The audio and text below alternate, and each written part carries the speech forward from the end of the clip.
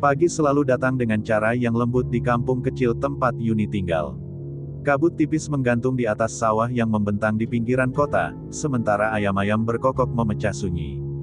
Di rumah kayu sederhana bercat pudar, Yuni berdiri di depan cermin kecil yang retak di sudutnya. Wajahnya cantik alami, tanpa riasan berlebihan.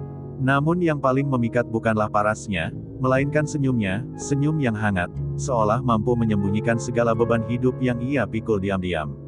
Sejak ayahnya meninggal 5 tahun lalu, Yuni menjadi tulang punggung keluarga. Ibunya yang sakit-sakitan tak lagi mampu bekerja berat. Setiap hari, sebelum matahari meninggi, Yuni sudah sibuk menanak nasi, menyiapkan obat ibunya, lalu bergegas ke pasar tempat ia bekerja sebagai penjaga toko pakaian. Ia tak pernah mengeluh, meski upahnya kecil dan tenaganya sering terkuras habis. Di pasar itu, Yuni dikenal ramah. Banyak pelanggan sengaja datang hanya untuk dilayani olehnya. Ia pandai berbicara sopan dan selalu sabar menghadapi pembeli yang menawar tanpa henti. Beberapa pria kerap mencoba menggoda, tapi Yuni hanya membalas dengan tawa kecil yang sopan, menjaga jarak tanpa menyinggung. Baginya, bekerja dengan tenang dan pulang membawa uang untuk ibunya sudah lebih dari cukup. Namun di balik keceriaannya, Yuni sering merasa ada tatapan yang berbeda, tatapan yang membuat tengkuknya meremang. Sekelompok preman pasar kerap duduk di sudut warung kopi, memandangi para pedagang seperti serigala mengawasi mangsa. Mereka memungut uang keamanan secara paksa. Banyak pedagang takut, memilih diam demi keselamatan. Yuni hanya bisa menunduk setiap kali mereka melintas, berharap tidak menarik perhatian. Suatu sore, saat matahari mulai condong ke barat, salah satu dari mereka berdiri terlalu dekat di depan tokonya. Nafasnya berbau alkohol, tawanya kasar. "Cantik sekali hari ini," ucapnya dengan nada yang membuat darah Yuni terasa membeku. Ia mencoba tetap tenang, menggenggam kain lipat di tangannya agar gemetarnya tak terlihat. Untunglah pemilik toko datang tepat waktu dan pria itu berlalu sambil tersenyum sinis. Sepanjang perjalanan pulang, langkah Yuni terasa lebih cepat dari biasanya. Jalan setapak menuju rumahnya melewati kebun kosong dan pepohonan rindang. Angin sore berdesir pelan, tapi hatinya tak ikut tenang. Ia merasa seperti sedang diawasi. Berkali-kali ia menoleh ke belakang, namun tak ada siapapun di sana, hanya bayang-bayang pohon yang memanjang di tanah. Sesampainya di rumah, ibunya menyambut dengan pelukan hangat. "Capek, nak?" tanya sang ibu lirih. Yuni menggeleng dan tersenyum, menyembunyikan kegelisahan yang mulai tumbuh seperti benih ketakutan. Ia tak ingin ibunya khawatir. Di meja makan kecil mereka, hanya ada sayur bening dan tempe goreng, tapi tawa keduanya membuat hidangan sederhana itu terasa istimewa. Malam turun perlahan, membawa keheningan yang berbeda dari biasanya. Di luar, suara motor melintas beberapa kali di jalan depan rumah, berhenti sejenak, lalu pergi lagi. Yuni memejamkan mata di ranjang tipisnya, mencoba mengusir firasat buruk yang menggantung di dadanya. Ia belum tahu bahwa senyum sederhana yang selama ini ia jaga dengan sepenuh hati, sebentar lagi akan diuji oleh malam yang jauh lebih gelap dari yang pernah ia bayangkan. Malam itu terasa lebih panjang dari biasanya. Yuni terbangun beberapa kali karena suara motor yang hilir mudik di depan rumahnya. Mesin yang meraung lalu mendadak senyap membuat jantungnya ikut berdebar tak menentu. Ia mencoba menenangkan diri, meyakinkan bahwa mungkin itu hanya anak-anak muda yang nongkrong lewat tengah malam. Namun firasat buruk yang sejak sore menggelayut di dadanya kini berubah menjadi ketakutan yang nyata. Hujan tipis mulai turun ketika listrik di rumahnya tiba-tiba padam. Gelap, menyelimuti ruang sempit itu tanpa peringatan. Ibunya terbatuk dari kamar sebelah, memanggil namanya lirih. Yuni segera bangkit, meraba dinding mencari senter kecil yang biasa mereka simpan. Belum sempat ia menemukannya, terdengar suara langkah berat di teras kayu, diikuti bisikan dan tawa rendah yang ia kenali dengan jelas. Pintu rumah digedor keras. Sekali, 2 kali, lalu 3 kali, semakin beringas. "Buka, Yuni." Suara parau itu memecah hujan. Nafas Yuni tercekat. Ia memeluk ibunya yang gemetar, berusaha menahan kepanikan. "Jangan buka pintu," bisik sang ibu dengan suara bergetar. Namun gedoran itu semakin keras, hingga kayu tua rumah mereka berderit seolah siap roboh. Pintu akhirnya jebol. Bayangan-bayangan gelap menerobos masuk, membawa bau alkohol dan asap rokok. Yuni berdiri di depan ibunya, mencoba melindungi satu-satunya keluarga yang ia miliki. Ia berteriak meminta tolong, tapi hujan dan jarak rumah tetangga membuat suaranya seperti tenggelam dalam malam. Tangan-tangan kasar meraih lengannya, menyeretnya menjauh dari pelukan ibunya. Tangis dan jeritan bercampur dengan suara hujan yang semakin deras. Dunia Yuni terasa runtuh dalam hitungan detik. Ia berusaha melawan, menendang, mencakar, namun kekuatan itu terlalu timpang. Salah satu dari mereka menamparnya hingga pandangannya berkunang-kunang. Dalam kekacauan itu, ia sempat melihat ibunya terjatuh. Tubuh renta itu tak berdaya di lantai kayu yang basah oleh tempias hujan. Waktu seolah berhenti. Ketika semuanya berakhir, para pria itu pergi begitu saja, meninggalkan rumah dalam keadaan porak-poranda. Hujan masih turun, tapi kini terasa lebih dingin dari sebelumnya. Yuni terbaring lemah di sudut ruangan, tubuhnya gemetar, pandangannya kosong menatap langit-langit yang bocor. Ia merasa seperti kehilangan sesuatu yang tak akan pernah bisa kembali.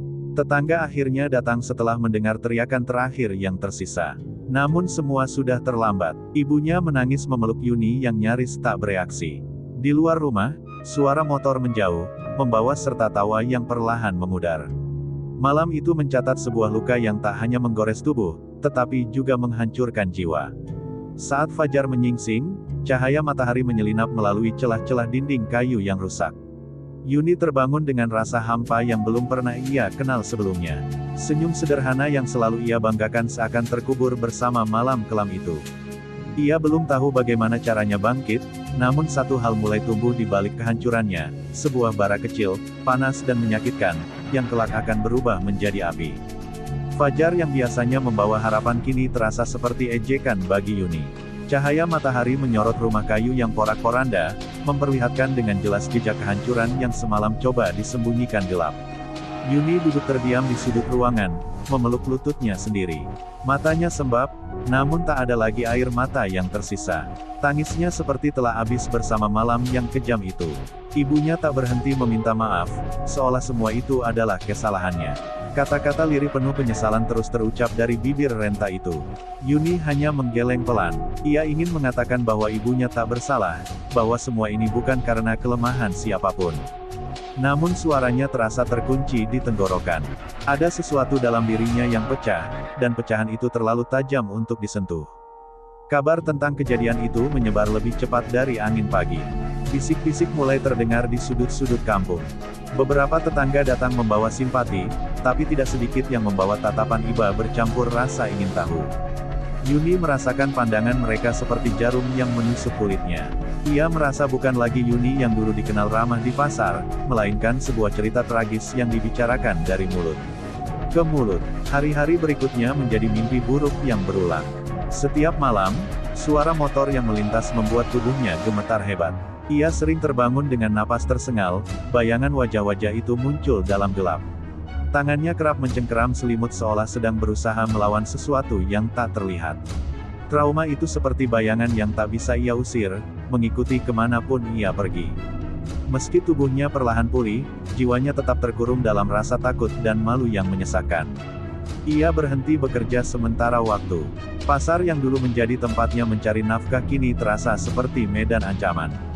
Setiap sudutnya menyimpan kenangan akan tatapan-tatapan kasar dan tawa yang menghina.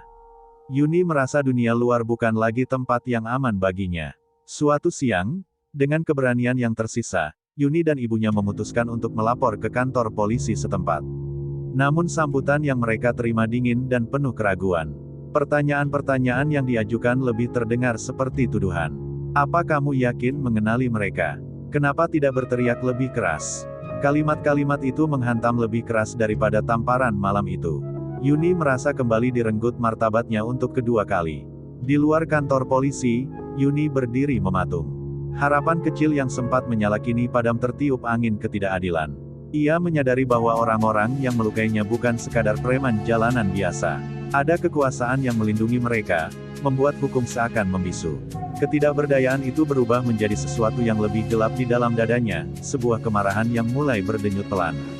Malamnya, Yuni menatap cermin kecil yang retak di kamarnya. Wajah yang terpantul bukan lagi gadis dengan senyum sederhana. Ada luka yang tak terlihat di sana, tersembunyi di balik tatapan kosong yang perlahan mengeras. Di balik rasa takut yang masih menggigil, sebuah tekad mulai tumbuh. Ia belum tahu bagaimana caranya, tapi ia tak ingin selamanya menjadi korban. Sesuatu dalam dirinya mulai berubah, dan perubahan itu tak akan bisa dihentikan. Hari-hari setelah dari kantor polisi terasa lebih menyakitkan daripada luka fisik yang pernah Yuni rasakan. Setiap kali ia mengingat tatapan dingin aparat yang seharusnya melindungi, dadanya terasa sesak. Ia sadar, harapannya pada hukum terlalu polos. Di kampung kecil itu, semua orang tahu siapa para preman itu bekerja untuk, namun tak seorang pun berani menyebut nama. Ketakutan lebih kuat daripada kebenaran. Yuni mencoba kembali ke pasar, memaksa dirinya berjalan melewati lorong-lorong yang dulu terasa akrab. Namun bisikan terdengar di mana-mana. Ada yang menatap dengan iba, ada pula yang berbisik sinis seolah ia adalah sumber aib. Ia menunduk, menggenggam tasnya erat. Saat melewati warung kopi di sudut pasar, tawa kasar terdengar lagi, tawa yang sangat ia kenali. Tubuhnya membeku. Salah satu dari mereka berdiri dan menatapnya dengan senyum mengejek, seolah tak pernah terjadi apa-apa. Tatapan itu penuh kemenangan, penuh penghinaan. Yuni merasakan darahnya berdesir panas. Mereka bebas. Mereka tertawa. Dan ia yang harus menanggung semua beban. Untuk pertama kalinya sejak malam itu, rasa takutnya bercampur dengan sesuatu yang lebih berbahaya, amarah. Ia bergegas pulang, napasnya terengah. Sesampainya di rumah, ia mendapati ibunya duduk termenung. Seorang tetangga baru saja berbisik bahwa laporan mereka disarankan untuk dihentikan. Ada pihak yang tak ingin masalah itu diperbesar. Kata-kata itu seperti palu yang menghantam sisa-sisa harapan di hati Yuni. Jadi benar, ada tangan yang lebih besar melindungi kebiadaban itu. Malamnya, Yuni duduk sendiri di teras, memandang jalan yang basah oleh embun. Ia teringat ayahnya, seorang lelaki sederhana yang dulu sering berkata bahwa keadilan bukan hanya milik mereka yang berkuasa. Ayahnya pernah melawan ketidakadilan kecil di kampung ini, meski hanya dengan suara dan keberanian. Yuni mengepalkan tangannya. Jika hukum membisu, apakah ia harus ikut diam? Di dalam kamar, ia membuka lemari tua peninggalan ayahnya. Di sana masih tersimpan kain sarung lusuh dan sebuah kotak kayu kecil. Dengan tangan gemetar, ia membukanya. Di dalamnya terdapat buku catatan tua tentang latihan bela diri yang dulu sering diceritakan ayahnya. Halaman-halamannya menguning, namun tulisan tangan itu masih jelas. Yuni menyentuhnya perlahan, seolah menyentuh kenangan. Air mata jatuh lagi, tapi kali ini bukan karena takut. Ada rasa rindu, ada rasa kehilangan, namun juga ada percikan keberanian yang lama terkubur. Ia sadar, dunia tak akan berubah hanya karena ia menangis. Para preman itu tak akan berhenti hanya karena ia berharap. Jika tak ada yang berdiri untuknya, maka ia harus berdiri sendiri. Malam semakin larut ketika Yuni menutup buku itu dengan tekad baru. Tatapannya yang dulu kosong kini menyala pelan. Hukum mungkin membisu, tetapi hatinya tidak. Dalam keheningan rumah kayu yang masih menyimpan bekas luka, sebuah keputusan mulai terbentuk. Yuni tak lagi menunggu keadilan datang. Ia perlahan mulai merencanakan bagaimana cara menjemputnya sendiri. Sejak malam ia membuka kembali buku peninggalan ayahnya, tidur bukan lagi hal yang mudah bagi Yuni. Namun kali ini bukan karena ketakutan, melainkan karena pikirannya terus menyusun potongan-potongan rencana. Ia duduk di lantai kamar, membaca setiap halaman yang berisi teknik dasar, filosofi kekuatan, dan catatan kecil tentang keberanian. Tulisan tangan ayahnya seperti berbicara langsung kepadanya, membangunkan sesuatu yang selama ini tertidur dalam dirinya. Pagi itu, untuk pertama kalinya setelah kejadian kelam itu, Yuni berdiri di halaman rumah sebelum matahari terbit. Embun masih menempel di rumput ketika ia mencoba gerakan dasar yang pernah ia lihat ayahnya lakukan dulu. Tubuhnya kaku, napasnya belum teratur, dan rasa sakit masih sesekali menyergap. Namun ia memaksakan diri. Setiap gerakan terasa seperti melawan bayangan masa lalu. Ibunya yang melihat dari balik jendela hanya terdiam. Ada kekhawatiran di matanya, tetapi juga ada sesuatu yang berbeda, sebuah pengertian bahwa anaknya sedang berjuang dengan caranya sendiri. Ketika Yuni masuk kembali dengan peluh membasahi wajahnya, sang ibu hanya berkata pelan, "Hati-hati, nak." Kalimat sederhana itu terdengar seperti doa yang panjang. Hari-hari berikutnya, Yuni mulai berlatih diam-diam setiap subuh dan setelah senja. Ia memukul batang pisang di belakang rumah hingga tangannya memerah. Ia berlari menyusuri jalan setapak yang dulu membuatnya takut, memaksa dirinya menghadapi kegelapan yang pernah menelannya. Setiap langkah adalah perlawanan terhadap rasa lemah yang dulu membelenggunya. Namun api dalam dadanya bukan hanya tentang kekuatan fisik. Ia mulai memperhatikan kembali pasar, mencatat kebiasaan para preman itu dari kejauhan. Jam berapa mereka datang, siapa saja yang sering bersama mereka, dan di mana mereka biasa berkumpul. Ia tak lagi sekadar korban yang menunduk, ia menjadi pengamat yang diam, menyimpan semua informasi dalam pikirannya. Suatu sore, ketika melewati warung kopi itu, salah satu preman kembali melemparkan senyum meremehkan. Biasanya Yuni akan menunduk dan mempercepat langkah. Tapi kali ini, ia berhenti sejenak. Tatapannya bertemu dengan mata lelaki itu tanpa gemetar. Hanya beberapa detik, namun cukup untuk membuat lelaki itu terdiam. Untuk pertama kalinya, Yuni melihat kebingungan di wajahnya. Malamnya, Yuni duduk di kamar dengan tangan mengepal. Ia sadar jalan yang akan ia tempuh bukan jalan mudah. Ia bisa saja hancur lebih dalam jika salah langkah.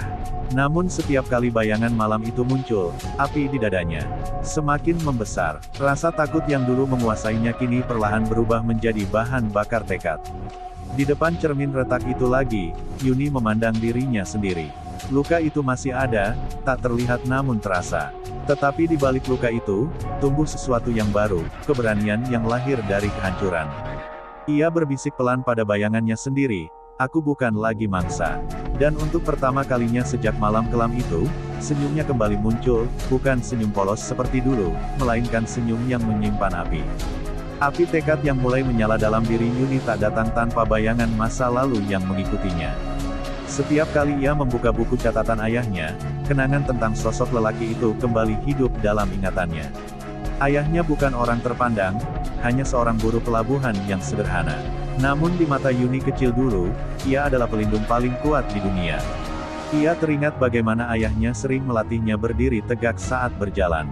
"Jangan pernah menunduk karena takut," katanya dulu sambil tersenyum. Yuni kecil sering tertawa dan menganggap itu hanya permainan. Ia tak pernah menyangka nasihat sederhana itu suatu hari akan menjadi penopang hidupnya. Kini, setiap ia melangkah melewati pasar atau jalan gelap, kata-kata itu terngiang jelas di kepalanya. Suatu malam, Yuni kembali membuka kotak kayu tua yang tersimpan di bawah ranjang.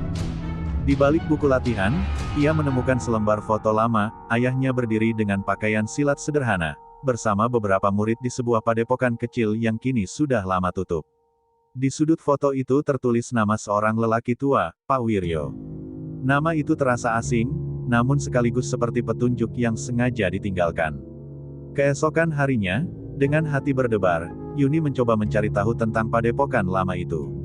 Ia bertanya secara hati-hati kepada seorang pedagang tua di pasar yang dulu mengenal ayahnya. Dari sanalah ia mengetahui bahwa Pak Wiryo masih hidup, tinggal menyendiri di pinggir desa, jauh dari keramaian. Konon, sejak padepokan bubar, lelaki tua itu jarang menerima murid lagi. Sore itu, Yuni berdiri di depan sebuah rumah sederhana yang dikelilingi pohon bambu. Udara terasa sunyi, hanya suara angin yang berdesir di antara daun-daun kering. Dengan tangan gemetar namun penuh tekad, ia mengetuk pintu kayu yang sudah lapuk. Beberapa saat kemudian, pintu itu terbuka perlahan, menampilkan sosok lelaki tua dengan sorot mata tajam meski rambutnya telah memutih. "Anak siapa kamu?" tanyanya pelan namun tegas. Yuni menelan ludah dan menyebut nama ayahnya. Seketika, raut wajah lelaki tua itu berubah. Ada kilatan kenangan di matanya. Ia mempersilakan Yuni masuk tanpa banyak bicara. Di dalam rumah sederhana itu, aroma kayu dan waktu terasa begitu kental. Dengan suara bergetar, Yuni menceritakan semuanya, tentang malam kelam itu, tentang hukum yang membisu, dan tentang api yang kini membakar dadanya. Ia tak meminta belas kasihan. Ia hanya meminta diajari untuk tidak lagi menjadi korban. Pak Wiryo terdiam lama, menatap Yuni seolah mencoba melihat seberapa dalam luka dan tekad yang ia bawa. Akhirnya lelaki tua itu berdiri dan berkata pelan, "Ilmu bukan untuk balas dendam, tapi untuk menjaga kehormatan dan hidup." Yuni menatapnya tanpa berkedip. "Saya ingin menjaga diri saya, dan orang-orang yang tak mampu melawan," jawabnya tegas. Dalam keheningan senja itu, bayangan masa lalu dan masa depan bertemu. Dan untuk pertama kalinya, jalan Yuni menuju perubahan benar-benar dimulai. Pak Wiryo menatap Yuni lama sekali setelah mendengar jawabannya. Tatapan itu tajam, seolah menembus dada dan membaca setiap niat yang tersembunyi di dalamnya. Rumah bambu itu sunyi, hanya suara angin sore yang menyusup melalui celah dinding. Banyak orang datang kepadaku dengan amarah, ucapnya akhirnya pelan. Tapi sedikit yang sanggup menanggung akibat dari jalan yang mereka pilih. Yuni tidak menunduk. Untuk pertama kalinya sejak tragedi itu, ia merasa berdiri bukan sebagai korban, melainkan sebagai seseorang yang sedang menentukan nasibnya sendiri. Saya tidak takut terluka lagi, Pak, katanya lirih namun mantap. Saya sudah kehilangan terlalu banyak. Kata-kata itu tidak diucapkan dengan tangis, melainkan dengan keteguhan yang membuat Pak Wiryo terdiam. Keesokan paginya, sebelum matahari terbit, Yuni sudah kembali ke rumah bambu itu.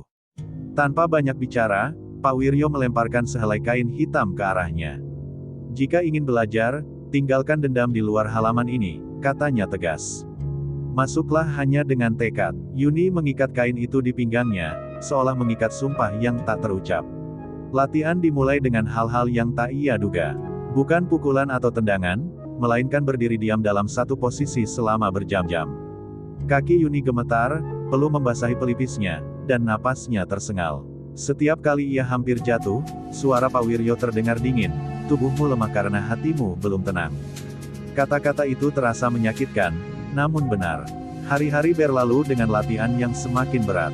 Yuni belajar mengatur napas, mengendalikan emosi, dan membaca gerak lawan bahkan sebelum lawan itu bergerak. Tangannya memar, lututnya sering berdarah, tetapi ia tak pernah meminta berhenti. Setiap rasa sakit ia jadikan pengingat bahwa ia sedang membangun dirinya kembali dari puing-puing kehancuran. Suatu sore, Pak Wiryo tiba-tiba menyerangnya tanpa aba-aba. Yuni terjatuh keras ke tanah, napasnya tercekat. Jika kau lengah 1 detik saja, dunia akan menghantammu tanpa ampun, ujar lelaki tua itu. Yuni bangkit dengan napas terengah, lalu mencoba lagi. Kali ini ia berhasil menghindari serangan berikutnya, meski hanya selangkah. Untuk pertama kalinya, Pak Wiryo mengangguk tipis. Di sela latihan, Yuni tetap memantau pergerakan para preman itu dari kejauhan. Mereka masih berkeliaran dengan percaya diri, tertawa keras di sudut pasar, memeras pedagang kecil tanpa rasa takut. Namun kini, ketika Yuni melihat mereka, ada sesuatu yang berbeda dalam tatapannya. Bukan lagi ketakutan yang menguasai, melainkan perhitungan yang tenang. Suatu malam, setelah latihan panjang, Pak Wiryo berkata, kekuatan sejati bukan pada tanganmu, tapi pada keputusanmu kapan harus menggunakannya. Yuni menatap langit gelap yang bertabur bintang. Di dalam dadanya, api itu masih menyala, namun kini lebih terkendali. Ia tahu jalannya masih panjang, tapi ia bukan lagi gadis yang hanya bisa menangis dalam gelap. Ia sedang ditempa, menjadi sesuatu yang bahkan para preman itu belum siap untuk hadapi.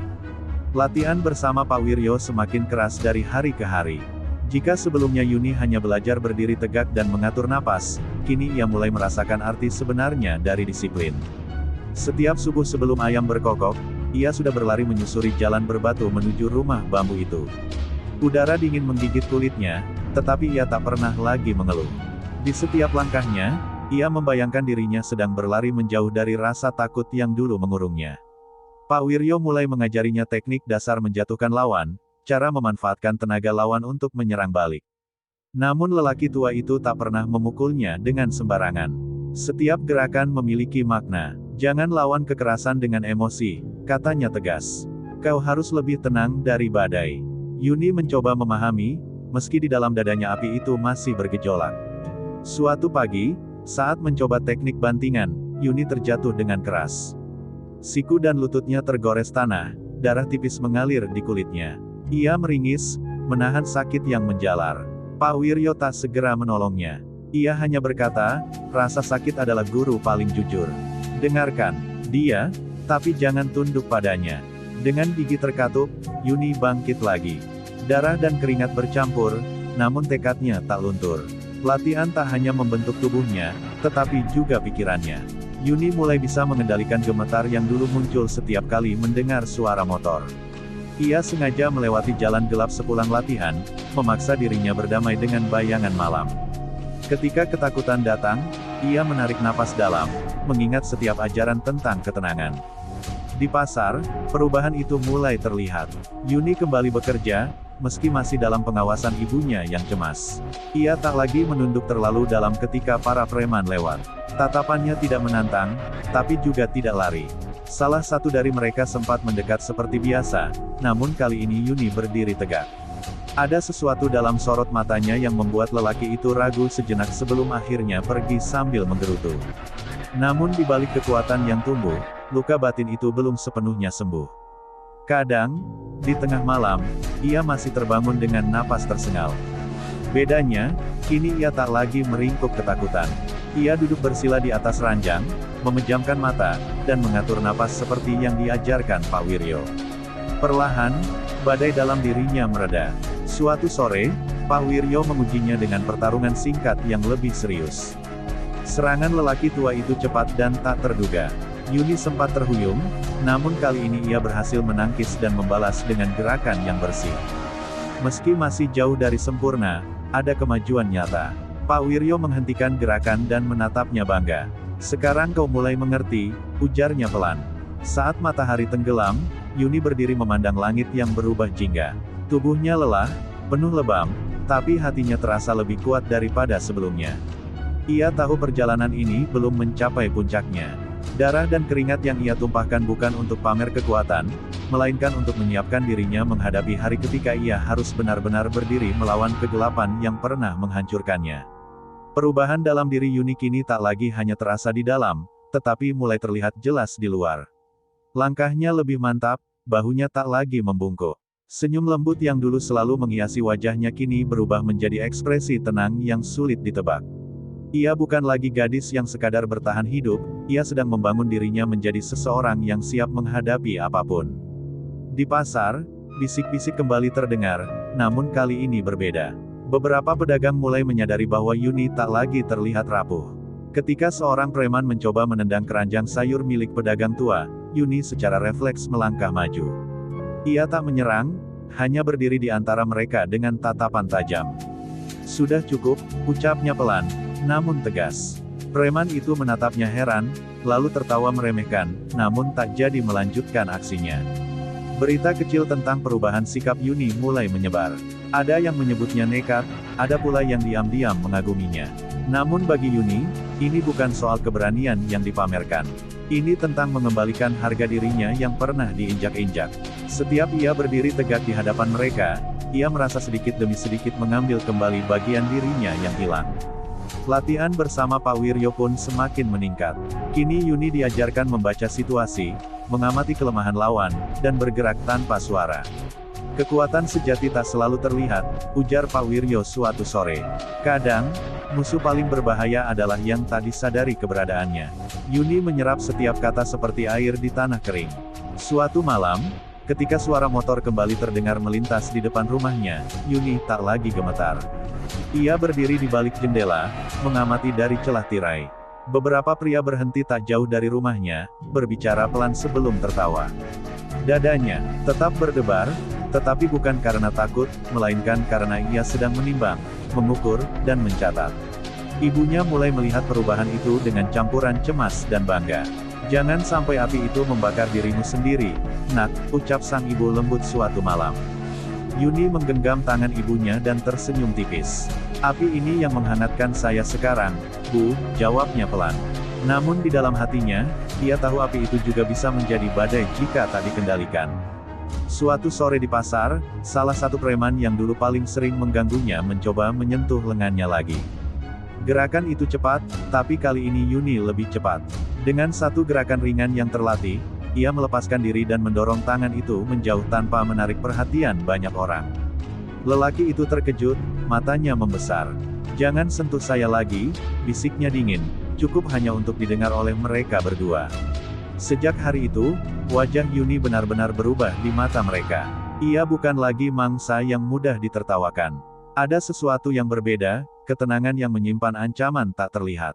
Para preman mulai menyadari bahwa gadis yang pernah mereka anggap lemah kini berdiri dengan aura yang tak mudah disentuh. Dan tanpa mereka sadari, perubahan itu baru permulaan dari badai yang sedang Yuni persiapkan. Perubahan sikap Yuni mulai membuat para preman itu waspada, meski mereka belum sepenuhnya memahami apa yang sedang terjadi. Tawa mereka di warung kopi kini tak lagi sebebas dulu setiap kali Yuni melintas. Ada lirikan-lirikan curiga yang diam-diam mengikutinya. Namun Yuni tidak gegabah. Ia tahu, kekuatan tanpa strategi hanyalah keberanian yang sia-sia. Sejak itu, Yuni mulai bergerak lebih hati-hati. Sepulang kerja, ia tidak langsung pulang. Ia mengambil jalan memutar, menyusuri gang-gang sempit, memperhatikan kebiasaan mereka dari kejauhan. Ia mencatat dalam ingatannya, siapa yang paling temperamental, siapa yang sering mabuk, siapa yang menjadi pemimpin kecil di lapangan. Semua detail kecil ia simpan seperti potongan puzzle yang suatu hari akan ia susun. Suatu malam, ia bersembunyi di balik tembok kosong dekat gudang tua tempat para preman itu sering berkumpul. Dari celah retakan dinding, ia melihat mereka menghitung uang hasil pungutan. Salah satu dari mereka menyebut nama seseorang yang belum pernah ia dengar sebelumnya, sebuah nama yang terdengar lebih berkuasa. Jantung Yuni berdetak lebih cepat. Jadi benar, mereka bukan sekadar preman jalanan biasa. Angin malam berhembus pelan, membawa suara percakapan yang terpotong-potong.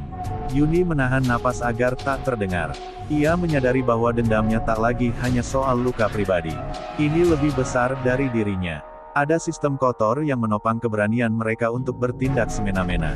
Dan jika ia ingin menjatuhkan mereka, ia harus memahami akar kekuatan itu. Namun bahaya selalu mengintai. Saat hendak pergi dari tempat persembunyiannya, kakinya tak sengaja menginjak ranting kering. Suara patahan kecil itu terdengar jelas dalam keheningan malam. Salah satu preman menoleh tajam ke arahnya. "Siapa di sana?" teriaknya. Yuni menahan napas, tubuhnya membeku dalam gelap. Dengan langkah ringan hasil latihannya, Yuni bergerak memutari bangunan dan menghilang di antara bayangan pepohonan. Ia berlari tanpa suara, jantungnya berdegup keras namun terkontrol. Di belakangnya terdengar langkah kaki dan sumpah serapah, tapi mereka tak berhasil menemukannya. Untuk pertama kalinya, Yuni merasakan sensasi bukan sebagai yang diburu, melainkan sebagai pemburu yang lolos dari jerat. Sesampainya di rumah, ia duduk bersila di lantai kamar, menenangkan napas seperti yang diajarkan Pak Wiryo. Ia menyadari betapa tipis batas antara keberanian dan kecerobohan. Satu kesalahan kecil bisa membuat semuanya berakhir sebelum sempat dimulai. Namun rasa takut yang dulu melumpuhkannya kini berubah menjadi kewaspadaan yang tajam. Di balik jendela, langit malam tampak lebih gelap dari biasanya. Yuni menatap bayangannya di kaca, wajah yang kini menyimpan rahasia dan rencana. Ia tak lagi sekadar berlatih untuk kuat, ia sedang menyusun langkah. Para preman itu mungkin belum sadar, tetapi dari kegelapan, seseorang sedang mengamati setiap gerakan mereka. Dan perlahan, lingkaran perburuan mulai menyempit. Malam setelah hampir ketahuan di gudang tua itu, Yuni sulit memejamkan mata. Bayangan wajah-wajah kasar itu terus berkelebat, namun kali ini bukan dirinya yang ia lihat sebagai korban. Dalam benaknya muncul bayangan gadis lain, mungkin pedagang baru, mungkin anak sekolah yang pulang terlambat, yang bisa saja mengalami nasib serupa. Pikiran itu membuat dadanya terasa lebih sesak daripada sekadar dendam pribadi. Keesokan harinya di pasar, suasana terasa lebih tegang dari biasanya. Seorang gadis muda yang baru bekerja di kios sembako tampak dipaksa menyerahkan uang oleh dua preman. Wajahnya pucat, tangannya gemetar. Beberapa pedagang hanya menunduk, pura-pura sibuk. Yuni berdiri beberapa langkah dari kejadian itu, napasnya perlahan berubah berat. Salah satu preman menarik pergelangan tangan gadis itu lebih keras ketika ia mencoba menolak. Tangis tertahan terdengar lirih. Sesuatu dalam diri Yuni meledak. Tanpa banyak berpikir, ia melangkah maju. "Lepaskan," ucapnya datar. Suaranya tidak keras, tetapi cukup untuk membuat beberapa kepala menoleh. Preman itu tertawa mengejek. "Kau lagi," katanya sinis, mengingat insiden kecil beberapa hari lalu. Ia mendorong Yuni dengan bahu, mencoba menunjukkan dominasi. Namun kali ini Yuni sudah siap. Dengan gerakan cepat dan terukur, ia memutar pergelangan tangan lelaki itu, memanfaatkan momentum dorongannya sendiri. Dalam sekejap, pria itu tersungkur ke tanah dengan teriakan tertahan. Keributan kecil terjadi. Teman-temannya terkejut melihat kejadian itu. Yuni berdiri tegak di depan gadis yang ketakutan tadi, napasnya stabil meski jantungnya berdetak kencang. "Pergi," katanya pada gadis itu tanpa menoleh. Gadis itu segera berlari menjauh. Salah satu preman lain mencoba menyerang, namun Yuni menghindar dengan langkah ringan, membuatnya kehilangan keseimbangan dan terjatuh menabrak meja kayu. Orang-orang di pasar terdiam, menyaksikan sesuatu yang belum pernah mereka lihat sebelumnya. Yuni tidak melanjutkan serangan. Ia mundur beberapa langkah, tatapannya tajam namun terkendali. Cukup, ucapnya pelan, lalu berbalik pergi sebelum situasi semakin besar. Ia tahu, ini bukan waktunya perang terbuka. Namun dampaknya langsung terasa. Preman yang terjatuh berdiri dengan wajah memerah oleh amarah dan malu. Tatapan kebencian itu mengikuti Yuni hingga ia menghilang di antara lorong pasar.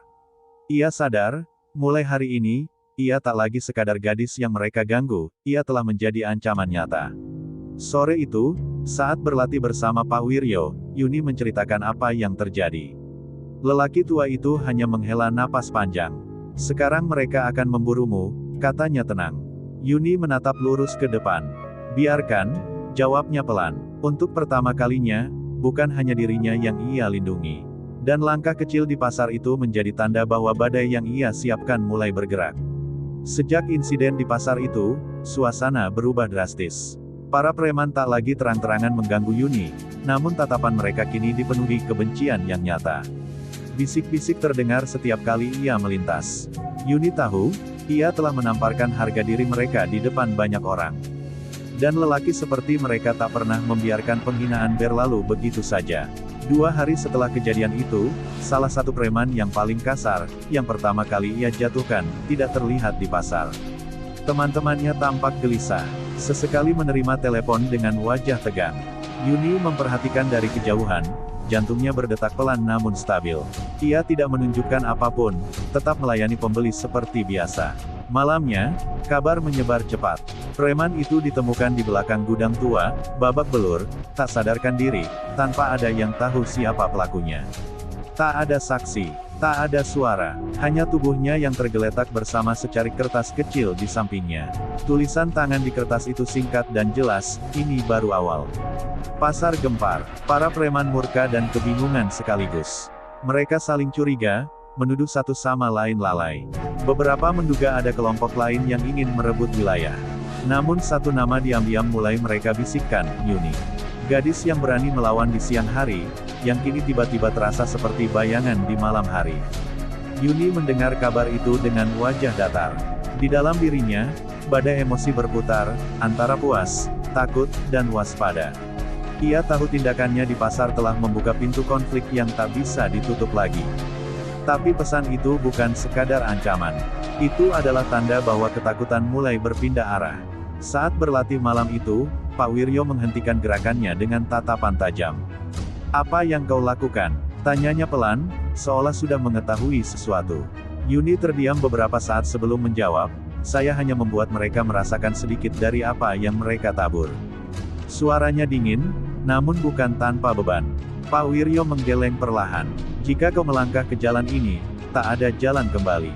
Mereka akan menyerang lebih keras." Yuni menatap tanah, lalu mengangkat wajahnya dengan keyakinan yang tak lagi goyah. "Saya sudah diserang lebih dulu," jawabnya lirih namun tegas. Di luar sana, kelompok preman itu mulai bergerak lebih agresif, mencari siapa yang berani menantang mereka. Mereka tak tahu bahwa dari balik gelapnya malam, seseorang sedang memperhatikan dengan sabar. Pesan pertama telah dikirim, dan kini, permainan sesungguhnya baru saja dimulai. Pesan singkat yang ditemukan di samping tubuh preman itu seperti api yang disiram bensin. Dalam hitungan hari, suasana pasar berubah mencekam. Para preman yang biasanya duduk santai kini berkumpul dengan wajah tegang, berbicara dengan suara pelan namun penuh amarah. Mereka membawa lebih banyak orang, berjaga hingga larut malam, seolah ada musuh tak terlihat yang mengintai setiap sudut. Yuni memperhatikan perubahan itu dengan hati-hati. Ia tidak menunjukkan kegelisahan sedikit pun, meski sadar bahwa lingkaran bahaya semakin menyempit di sekelilingnya. Ia berjalan seperti biasa, bekerja seperti biasa, namun matanya selalu waspada. Setiap gerakan kecil, setiap bisikan, tak luput dari perhatiannya. Kini bukan hanya ia yang hidup dalam bayangan ketakutan, mereka pun mulai merasakannya. Suatu malam, 2 preman mendatangi rumah salah satu pedagang tua yang dulu sempat dibelanya Yuni. Mereka menggebrak pintu dan menuduh lelaki tua itu menyembunyikan informasi. Teriakan dan ancaman terdengar hingga ke ujung gang. Yuni yang mendengar kabar itu dari tetangga merasa darahnya mendidih. Ia tak pernah bermaksud menyeret orang lain dalam pertarungan ini. Keesokan harinya, pedagang tua itu datang ke kios Yuni dengan wajah lebam. Ia mencoba tersenyum, namun matanya menyimpan ketakutan. "Hati-hati, nak," katanya pelan.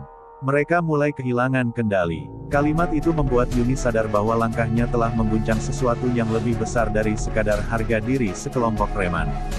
Di sisi lain, ketakutan mulai tumbuh di antara anggota kelompok itu sendiri. Mereka tak lagi percaya satu sama lain. Salah satu dari mereka bahkan menolak berjaga sendirian di malam hari. Bayangan diserang tanpa terlihat membuat mereka gelisah. Beberapa mulai menyalahkan pemimpin mereka yang dianggap ceroboh dan terlalu sombong. Malam berikutnya, Yuni kembali mengintai dari kejauhan. Ia melihat perdebatan sengit di antara mereka, hampir berujung baku hantam. Senyum tipis terukir di bibirnya, bukan karena puas, tetapi karena strateginya mulai membuahkan hasil. Ketika musuh mulai retak dari dalam, mereka akan melemah tanpa harus diserang secara langsung. Namun kemenangan kecil itu tak menghapus ancaman besar yang sedang mendekat. Pemimpin mereka, lelaki bertubuh besar dengan tatapan dingin, akhirnya turun tangan. Ia memerintahkan anak buahnya mencari tahu siapa dalang di balik serangan misterius itu. Temukan dia, katanya penuh tekanan, dan hancurkan sebelum semuanya runtuh. Di kamar kecilnya malam itu, Yuni duduk bersila dengan mata terpejam. Ia bisa merasakan perubahan arah angin. Ketakutan memang telah menyebar, bukan lagi hanya miliknya, tetapi juga milik mereka. Namun bersama ketakutan itu datang pula bahaya yang lebih nyata. Permainan bayangan tak akan selamanya tersembunyi. Dan Yuni tahu, cepat atau lambat, ia harus berdiri di bawah cahaya dan menghadapi mereka secara langsung. Ketegangan di pasar semakin terasa seperti kabut tebal yang tak kunjung terangkat. Yuni bisa merasakan mata-mata yang mengawasinya lebih sering dari biasanya. Namun ia tetap tenang, menjaga ritme hidupnya agar tak memancing kecurigaan berlebihan. Ia tahu, saat musuh terdesak, mereka akan mencari celah sekecil apapun untuk membalas. Suatu sore, ketika Yuni pulang lebih awal dari pasar, ia merasa ada yang berbeda. Jalan setapak menuju rumahnya terasa terlalu sunyi. Bahkan suara burung pun seolah menghilang. Ia memperlambat langkah, nalurinya waspada. Dan benar saja, di ujung gang, dua sosok berdiri menunggunya dengan senyum yang tak bersahabat. Namun yang membuat dadanya tercekat bukan hanya keberadaan mereka. Di kejauhan, ia melihat seorang tetangga berdiri canggung di depan rumahnya, tak berani menatapnya. Seketika Yuni mengerti, seseorang telah berbicara, seseorang yang takut telah memilih keselamatan dirinya sendiri dengan mengorbankannya. Kau pikir bisa bermain-main dengan kami? Salah satu preman melangkah mendekat. Tatapannya penuh dendam. Kami tahu kau yang ada di balik semua ini. Yuni tidak menjawab. Ia hanya memposisikan tubuhnya sedikit menyamping, seperti yang diajarkan Pak Wiryo, menyiapkan diri jika serangan datang. Serangan itu datang tiba-tiba. Salah satu dari mereka mencoba mencengkeram lengannya, tapi Yuni lebih cepat. Ia memutar tubuhnya, melepaskan diri, lalu mendorong lawannya hingga terhuyung. Namun yang lain langsung menyusul dengan pukulan kasar. Yuni sempat menangkis, tapi jumlah mereka lebih dari dua. Dari gang sempit itu, dua orang lagi muncul. Pertarungan berlangsung singkat namun brutal. Yuni berhasil menjatuhkan satu orang, membuat yang lain terkejut sesaat. Tapi ia tak bisa melawan semuanya sekaligus. Sebuah pukulan keras mengenai pelipisnya, membuat pandangannya berkunang-kunang.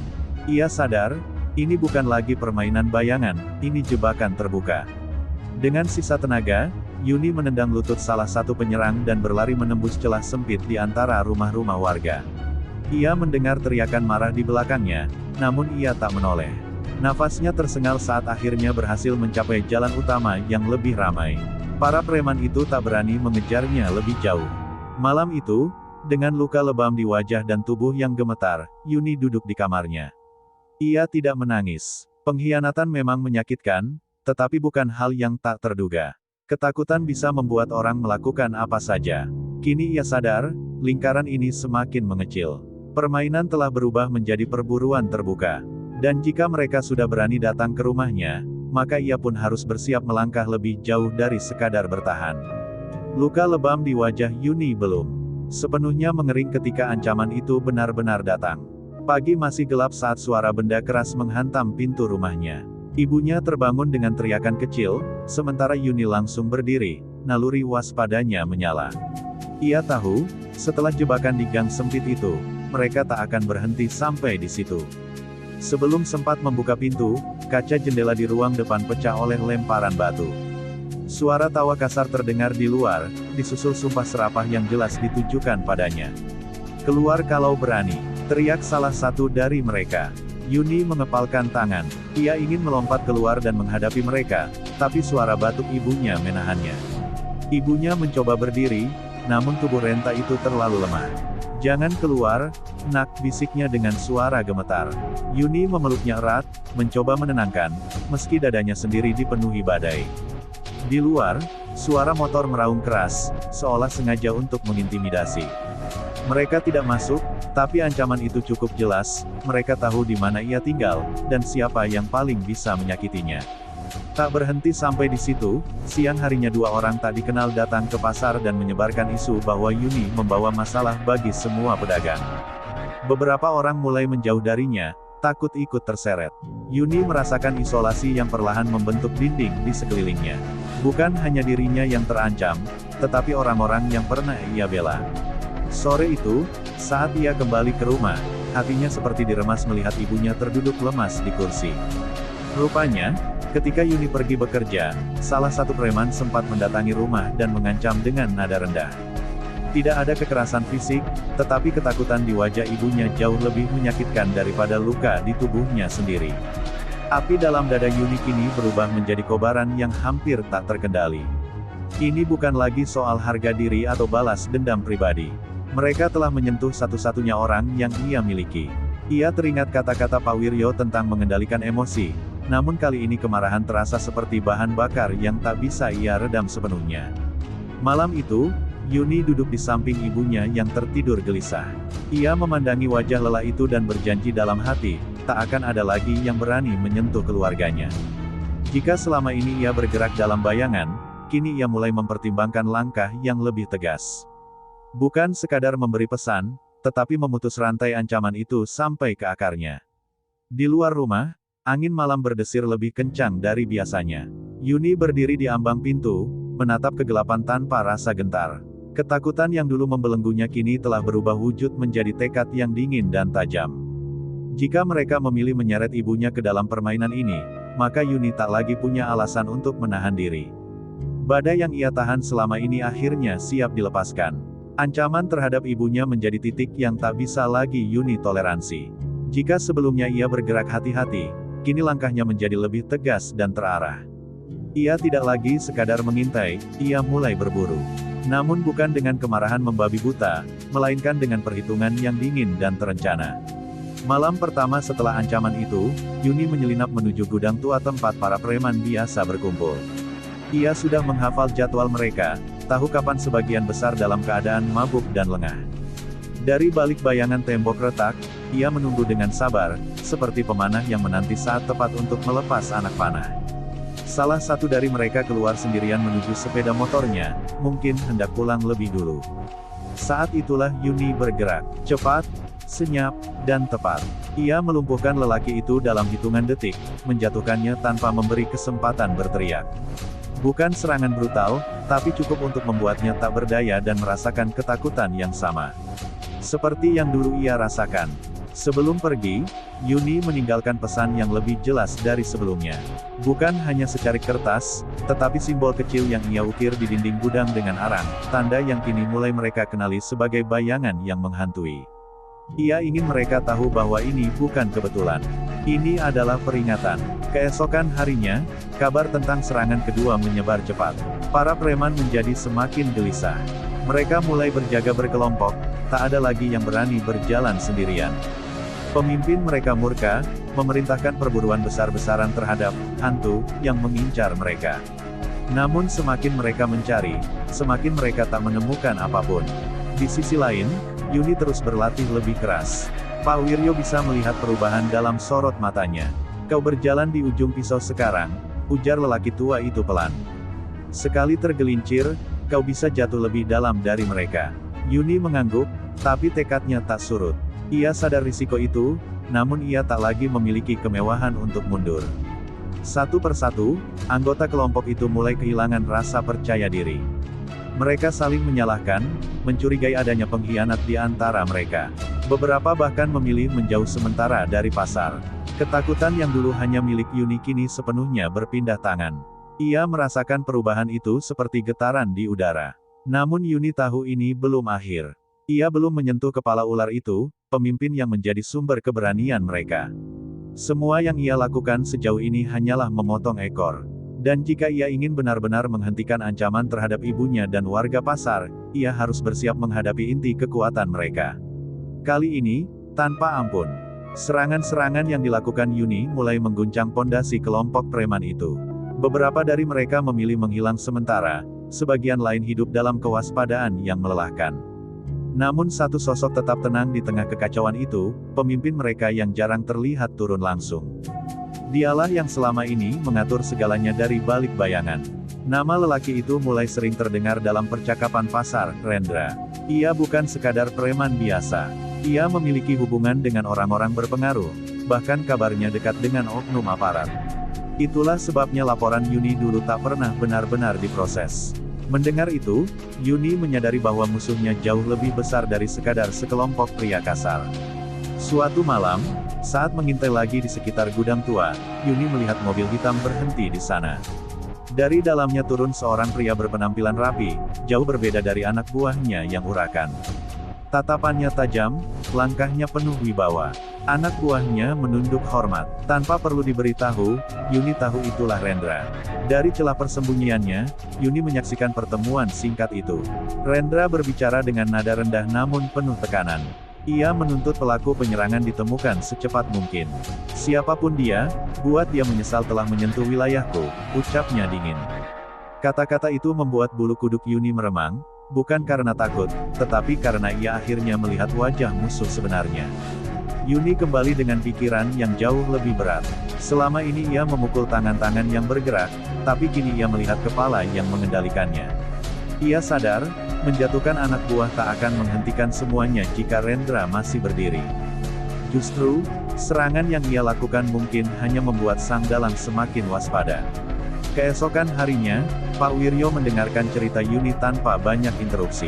Wajahnya serius. Melawan ular berbisa berbeda dengan melawan tikus, katanya pelan. Kau harus tahu kapan menyerang, dan kapan menunggu. Yuni menggenggam lututnya erat. Ia tak ingin gegabah, tapi waktu terasa semakin sempit. Sementara itu, tekanan terhadap warga pasar kembali meningkat. Rendra memerintahkan pungutan dinaikkan sebagai bentuk peringatan. Ia ingin menunjukkan bahwa kendali masih berada di tangannya. Beberapa pedagang mulai menyerah pada keadaan, menyalahkan Yuni secara diam-diam karena membuat situasi memburuk. Malam itu, Yuni berdiri di bawah langit yang gelap tanpa bintang. Ia kini tahu siapa yang harus ia hadapi. Permainan ini bukan lagi tentang menakuti sekelompok preman. Ini tentang menjatuhkan seorang dalang yang selama ini berdiri di balik kebiadaban itu. Dan untuk pertama kalinya, Yuni menyadari bahwa langkah berikutnya akan menentukan segalanya, apakah ia mampu mematahkan rantai kekuasaan itu, atau justru terjerat di dalamnya. Mengetahui bahwa Rendra adalah dalang sesungguhnya membuat langkah Yuni semakin berat. Ia sadar, pria itu bukan tipe yang bergerak tanpa perhitungan. Jika selama ini ia berhasil bermain di bayangan, kini bayangan itu mungkin sudah mulai diterangi cahaya kecurigaan. Dan benar saja, jebakan itu datang lebih cepat dari yang ia duga. Suatu sore, seorang anak kecil dari pasar menghampirinya dengan wajah panik. Kak Yuni, Pak Wiryo dipanggil ke gudang tua, katanya ada orang mau bertemu, ucapnya tergesa. Jantung Yuni langsung berdegup keras. Ada sesuatu yang terasa janggal. Pak Wiryo bukan orang yang mudah dipanggil begitu saja. Namun kekhawatiran mengalahkan logikanya. Tanpa berpikir panjang, Yuni bergegas menuju gudang tua itu. Tempat itu tampak sunyi seperti biasa, terlalu sunyi. Angin sore berdesir membawa bau karat dan kayu lapuk. Ia melangkah perlahan, setiap inderanya siaga. Pak Wiryo, panggilnya pelan. Tak ada jawaban. Tiba-tiba pintu belakang gudang tertutup keras. Dari balik tumpukan peti kayu, beberapa pria keluar mengelilinginya. Wajah-wajah yang ia kenali berdiri dengan senyum kemenangan. Dan di antara mereka, Rendra muncul dengan langkah santai. Tepuk tangan pelan terdengar dari tangannya. Akhirnya kita bertemu tanpa bayangan, katanya dingin. Yuni menyadari ia telah masuk ke dalam perangkap. Namun ia tak menunjukkan kepanikan. Saat salah satu preman menyerang lebih dulu, ia bergerak cepat, menangkis dan membalas dengan presisi. Dua orang jatuh, tapi jumlah mereka terlalu banyak. Serangan datang bertubi-tubi dari berbagai arah. Sebuah pukulan keras menghantam rusuknya, membuat napasnya tercekat. Ia masih mencoba bangkit ketika tendangan lain menjatuhkannya kembali ke lantai berdebu. Rendra mendekat, menatapnya dari atas dengan sorot meremehkan. "Kau pikir bisa menghancurkan wilayahku sendirian?" Suaranya rendah namun penuh ancaman.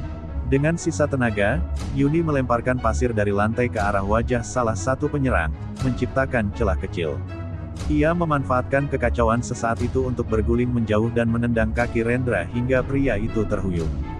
Tanpa menunggu balasan, Yuni berlari menuju pintu samping yang setengah terbuka, meski tubuhnya terasa seperti terbakar oleh rasa sakit. Ia berhasil lolos, namun tidak tanpa harga. Malam itu, ia terhuyung sampai ke rumah Pak Wiryo dengan tubuh penuh luka. Lelaki tua itu terkejut melihat kondisinya. Saat Yuni duduk bersandar dengan napas berat, ia menyadari satu hal, Rendra kini tahu pasti siapa dirinya.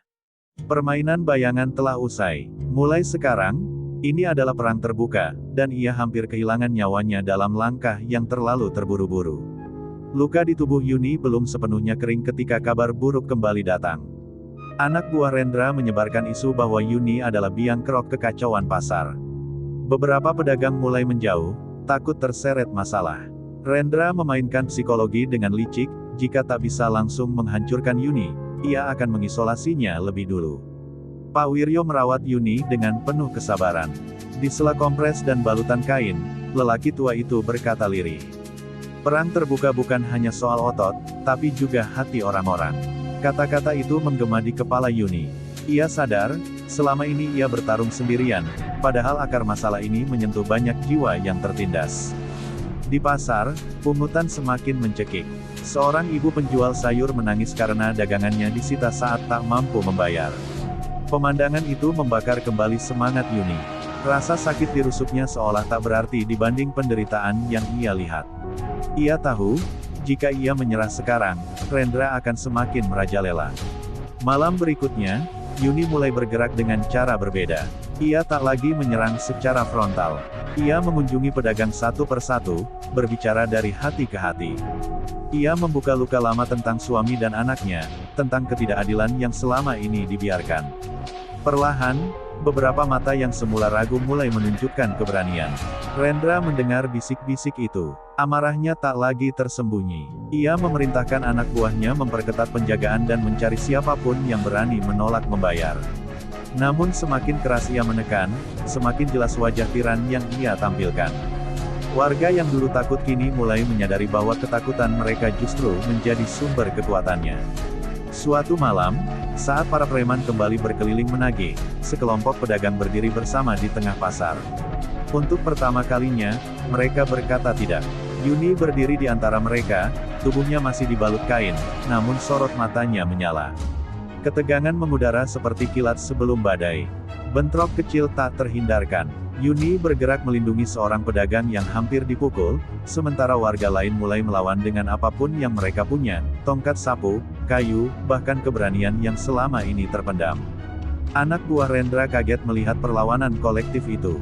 Mereka mundur, bukan karena kalah jumlah semata, tapi karena rasa gentar yang tak mereka duga. Dari kejauhan, Rendra menyaksikan kabar kegagalan itu dengan rahang mengeras. Ia kini sadar bahwa Yuni bukan lagi ancaman tunggal, ia telah menjadi simbol. Api yang coba ia padamkan justru menyala lebih besar. Dan di bawah langit malam yang bergetar oleh keberanian baru, Yuni tahu bahwa pertarungan terakhir semakin dekat, bukan hanya untuk membalas, tapi untuk benar-benar memutus rantai ketakutan yang selama ini membelenggu mereka. Kabar perlawanan warga pasar menyebar cepat seperti api yang disiram bensin.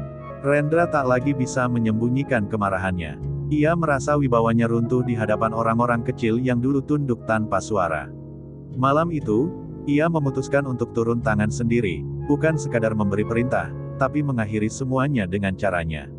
Yuni merasakan firasat buruk sejak sore. Langit tampak kelabu, angin berembus lebih dingin dari biasanya. Beberapa pedagang datang memperingatkannya bahwa Rendra mengumpulkan seluruh anak buahnya. Dia mau habisi semuanya malam ini, bisik seorang lelaki tua dengan wajah pucat. Yuni mengangguk pelan. Ia tahu, momen yang ia tunggu sekaligus ia takuti akhirnya tiba. Di tengah pasar yang mulai gelap, warga berkumpul dalam diam. Tak ada lagi wajah ragu seperti dulu. Ketakutan masih ada, tapi kini berdampingan dengan tekad. Yuni berdiri di depan mereka, tubuhnya belum sepenuhnya pulih, namun sorot matanya tak pernah setegas ini. Kalau kita mundur malam ini, anak-anak kita akan hidup dalam ketakutan yang sama, ucapnya lirih namun menghunjam. Suara deru motor memecah keheningan. Rendra datang bersama belasan anak buahnya. Lampu kendaraan mereka menyilaukan, seolah ingin menelan keberanian yang baru saja tumbuh. Rendra melangkah maju, wajahnya keras seperti batu. Kalian pikir bisa menggulingkanku? Suaranya menggema di antara kios-kios tertutup. Tak ada yang menjawab dengan kata-kata. Namun satu persatu, warga berdiri. Sejajar di belakang Yuni. Pemandangan itu membuat Rendra mendesis marah. Ia memberi isyarat, dan anak buahnya bergerak menyerang. Kekacauan pun pecah, teriakan, benturan kayu, langkah kaki yang saling berkejaran. Di tengah hiruk-pikuk itu, Yuni dan Rendra akhirnya berhadapan langsung. Tanpa perantara, tanpa bayangan, Rendra menyerang dengan brutal, setiap pukulannya penuh amarah dan harga diri yang terluka. Yuni bertahan, menangkis, membalas dengan presisi. Rasa sakit di tubuhnya berteriak, tapi ingatan akan keluarganya membuatnya tetap berdiri. Sebuah pukulan keras hampir membuatnya tersungkur, namun Yuni memanfaatkan momen saat Rendra lengah. Ia menghindar cepat dan menghantamkan siku ke rahang pria itu. Rendra terhuyung, belum pernah ada yang membuatnya mundur seperti ini. Sorot matanya berubah, bukan lagi marah, tapi tak percaya. Ketika suara sirene polisi akhirnya terdengar dari kejauhan, dipanggil diam-diam oleh beberapa warga yang kini berani melapor, situasi berbalik total. Anak buah Rendra mulai kocar-kacir. Pria itu mencoba berdiri kembali, namun warga sudah mengepungnya. Malam itu, di bawah langit yang akhirnya diguyur hujan deras, kekuasaan yang dibangun dari ketakutan mulai runtuh. Dan Yuni, meski tubuhnya gemetar, tahu bahwa pengorbanannya tak sia-sia, rantai itu akhirnya retak. Hujan turun semakin deras ketika Rendra akhirnya berlutut di tanah becek pasar yang selama ini ia kuasai. Sirene polisi mendekat, memantul di dinding kios-kios yang basah. Anak buahnya berlarian tanpa arah, sebagian tertangkap, sebagian lagi tersungkur karena panik.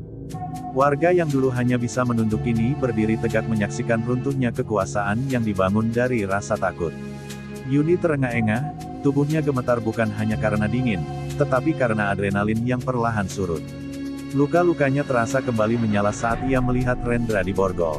Untuk sesaat, ia tak merasakan kemenangan, hanya kelegaan yang pahit. Semua rasa marah, kehilangan, dan dendam yang ia pendam selama ini seperti menguap bersama hujan malam itu. Namun perjuangan belum benar-benar usai. Di kantor polisi, Rendra masih berusaha memainkan pengaruhnya. Ia tersenyum tipis, seolah yakin bisa keluar dari jerat hukum seperti sebelumnya. Beberapa warga sempat diliputi keraguan, apakah ini hanya kemenangan sesaat? Apakah kekuasaan uang dan koneksi akan kembali membebaskannya? Yuni tidak tinggal diam.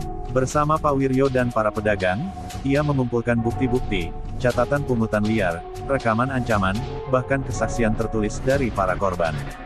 Untuk pertama kalinya, warga berani menandatangani nama mereka sendiri.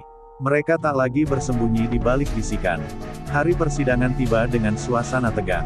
Ruang sidang penuh oleh warga pasar yang datang bukan untuk mencari sensasi, tetapi untuk memastikan suara mereka didengar.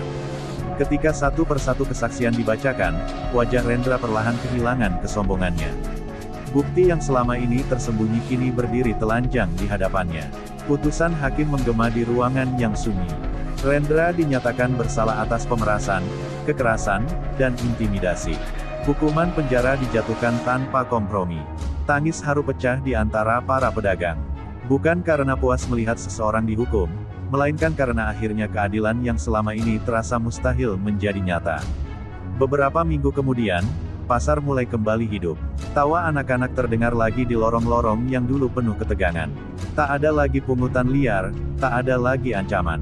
Yuni berjalan menyusuri kios-kios dengan langkah lebih ringan, meski bekas luka di tubuhnya masih menjadi pengingat akan harga sebuah keberanian.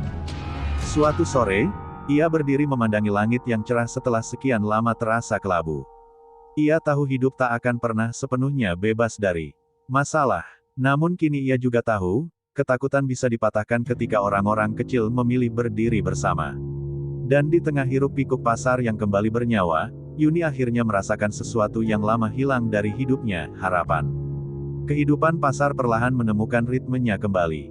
Warna-warni payung dagangan menghiasi lorong-lorong sempit, aroma gorengan dan sayur segar bercampur dalam udara pagi. Namun di balik suasana yang tampak normal, ada bekas luka yang tak kasat mata. Warga masih sering terbangun di malam hari oleh bayangan masa lalu, seolah takut semuanya hanya mimpi yang bisa runtuh kapan saja. Yuni pun merasakan hal yang sama. Meski senyumnya kembali menghiasi wajahnya, ada malam-malam ketika ia duduk sendiri di beranda, memandangi langit tanpa kata. Kemenangan itu nyata, tetapi kehilangan suami dan anaknya tetap tak tergantikan. Ia menyadari bahwa keadilan tidak menghapus duka, ia hanya memberi ruang untuk bernapas. Suatu pagi, seorang ibu muda menghampirinya dengan mata berkaca-kaca. "Terima kasih sudah berani berdiri waktu kami tak sanggup," ucapnya pelan. Di belakang ibu itu, beberapa pedagang lain mengangguk penuh hormat. Yuni terdiam, hatinya bergetar. Ia tak pernah berniat menjadi simbol, apalagi pahlawan.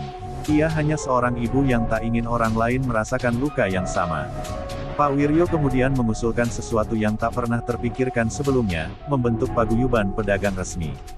Bukan sekadar untuk mengurus kebersihan atau iuran, tetapi untuk memastikan tak ada lagi celah bagi kekuasaan gelap tumbuh. Ide itu disambut antusias. Dari rasa takut, kini tumbuh solidaritas. Hari demi hari, Yuni membantu menyusun aturan sederhana bersama warga. Mereka belajar mencatat keuangan, berani berbicara di rapat, dan saling menjaga satu sama lain. Pasar itu tak lagi hanya tempat jual beli, melainkan ruang kebersamaan. Rasa saling percaya yang dulu rapuh kini perlahan menguat. Namun ujian kecil tetap datang. Beberapa orang asing mencoba menawarkan perlindungan dengan cara halus. Kali ini, warga tak lagi terdiam. Mereka menolak dengan tegas dan melaporkan ke pihak berwenang. Ketegasan kolektif itu menjadi tamparan bagi siapapun yang ingin mengulang sejarah kelam. Suatu sore, di tengah rapat paguyuban, Yuni diminta berbicara. Ia berdiri dengan sederhana, tak lagi dengan sorot amarah seperti dulu, melainkan ketenangan yang matang. "Kita mungkin tak bisa mengubah masa lalu," katanya pelan, "tapi kita bisa menjaga masa depan." Kata-kata itu disambut tepuk tangan panjang. Saat matahari tenggelam di balik atap-atap kios, Yuni melangkah pulang dengan hati yang lebih ringan. Luka di tubuh dan jiwanya tak pernah benar-benar hilang, tetapi kini ia tahu luka itu bukan lagi sumber kelemahan. Ia telah berubah menjadi pengingat akan kekuatan yang lahir dari penderitaan. Dan di pasar kecil itu, harapan terus tumbuh, bukan karena tak ada lagi ancaman, tetapi karena mereka telah belajar berdiri bersama. Beberapa bulan berlalu sejak pasar itu kembali damai. Paguyuban pedagang berjalan tertib, rapat rutin digelar, dan tak ada lagi pungutan liar yang mencekik. Namun kedamaian yang terlalu tenang seringkali menyimpan tanda tanya.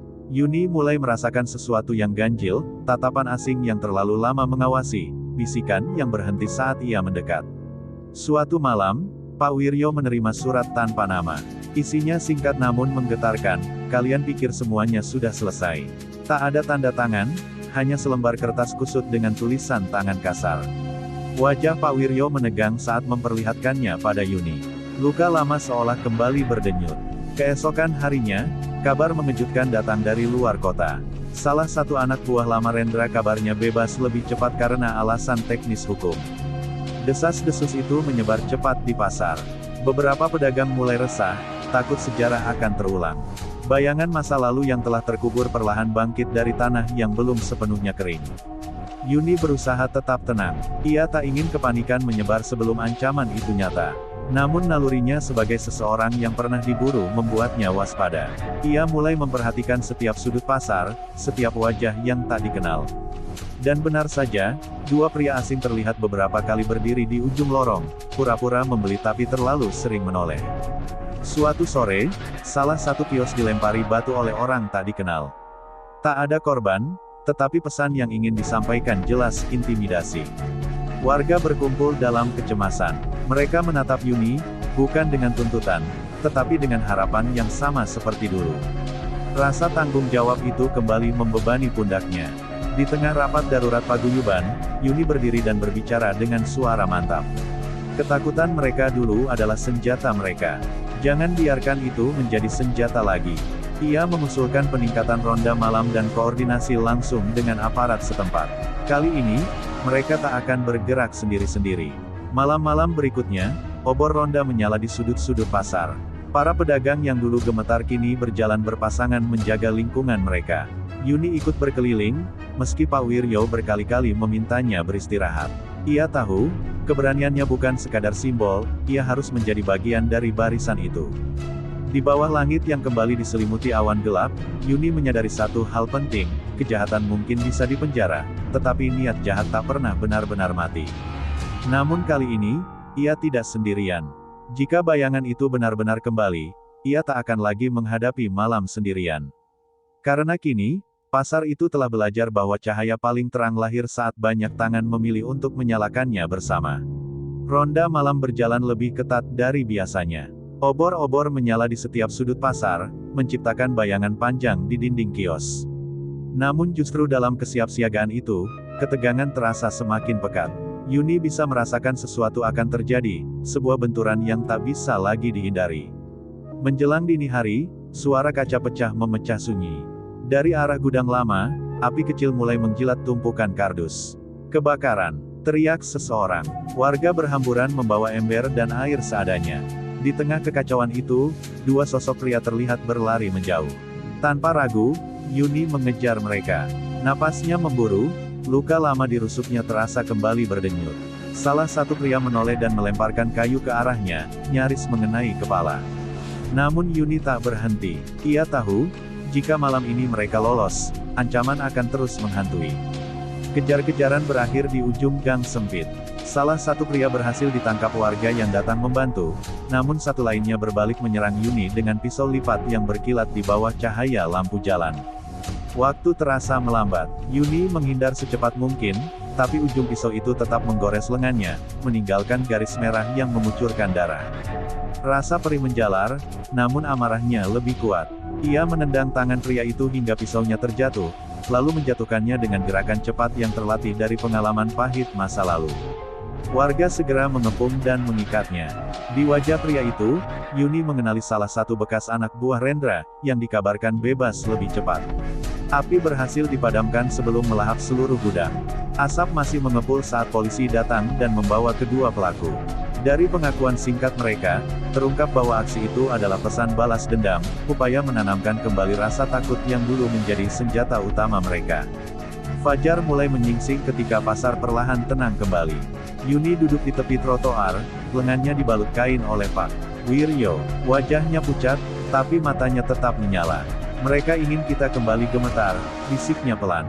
Pak Wiryo menggeleng tegas. Tapi kita sudah berbeda. Saat cahaya matahari pertama menyentuh atap-atap kios, warga berdiri bersama membersihkan sisa kaca dan arang. Tak ada yang memilih pulang karena takut. Tak ada yang menyalahkan Yuni. Sebaliknya, mereka bekerja dalam diam yang penuh tekad. Di ujung fajar itu, dengan darah yang masih mengering di lengannya, Yuni tahu satu hal, perlawanan mereka bukan lagi soal balas dendam, melainkan menjaga cahaya yang telah mereka nyalakan, apapun harga yang harus dibayar.